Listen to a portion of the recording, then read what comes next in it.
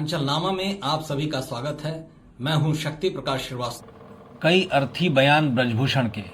कैसरगंज से सांसद रहे ब्रजभूषण शरण सिंह एक अलग मस्तमौला किस्म के राजनेता हैं।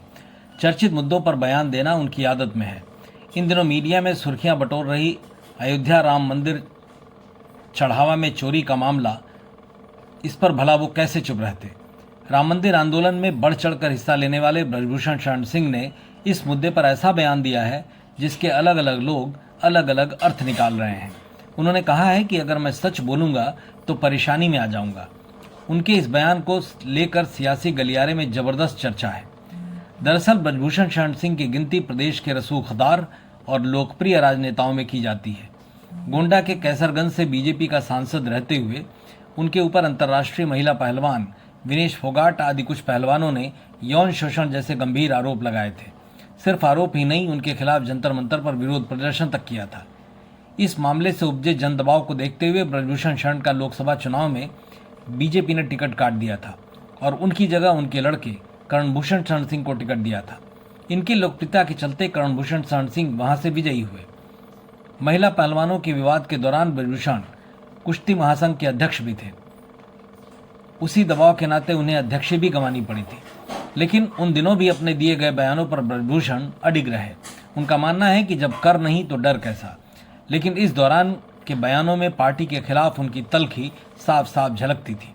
वैसे भी ब्रजभूषण के बयानों में पूर्वाग्रह या दुराग्रह की गुंजाइश नहीं होती है।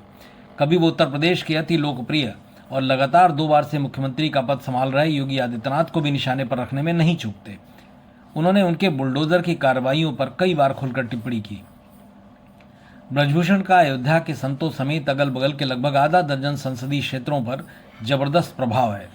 इसी प्रभाव के तहत ही उनके 2 बेटों में एक विधायक और एक सांसद है।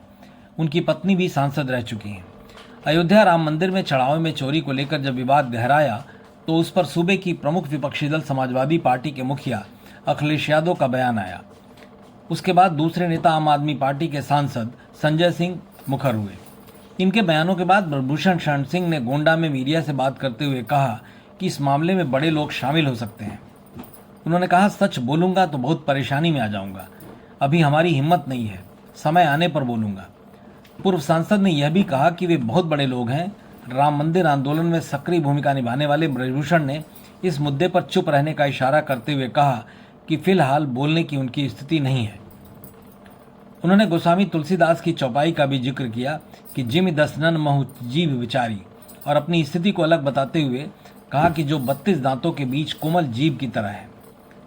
जब उनसे राम मंदिर ट्रस्ट के महासचिव चंपत राय के बारे में पूछा गया तो उन्होंने कहा कि इस पर बोलना उनका विषय नहीं है। दरअसल राम मंदिर चढ़ावे में चोरी का यह मामला पिछले कई दिनों से चर्चा में है। मंदिर के पूर्व लेखा प्रभारी महिपाल सिंह ने दावा किया था कि कई वर्षों से चोरी हो रही थी और इसकी जानकारी ट्रस्ट को दी गई थी, लेकिन इसके बजाय सीसीटीवी फुटेज डिलीट कर दिए गए और उन्हें भी हटा दिया गया। ब्रजभूषण के बयान पर सोशल मीडिया में बहुतेरी प्रतिक्रियाएं आ रही हैं, लेकिन उनसे इतर ब्रजभूषण को जानने वाले बखूबी यह जानते हैं कि वो अपने मन की सुनते हैं और मन की बोलते हैं। वो बहुत क्रिया प्रतिक्रिया की परवाह नहीं करते। उनके ऐसे व्यक्तित्व में उनका कार्य और संस्कार का बड़ा योगदान है। वो अपने परिवार और क्षेत्रीय जनता के हितों को सर्वोपरि रखते हैं। यही वजह है कि वो अपने क्षेत्र के इर्द गिर्द के जिलों तक की सियासत में खासा रसूख रखते हैं। अवध क्षेत्र में भी इनका खासा प्रभाव है, लिहाजा वो अयोध्या राम मंदिर जैसे मुद्दों पर प्रतिक्रिया देने में नहीं हिचकते।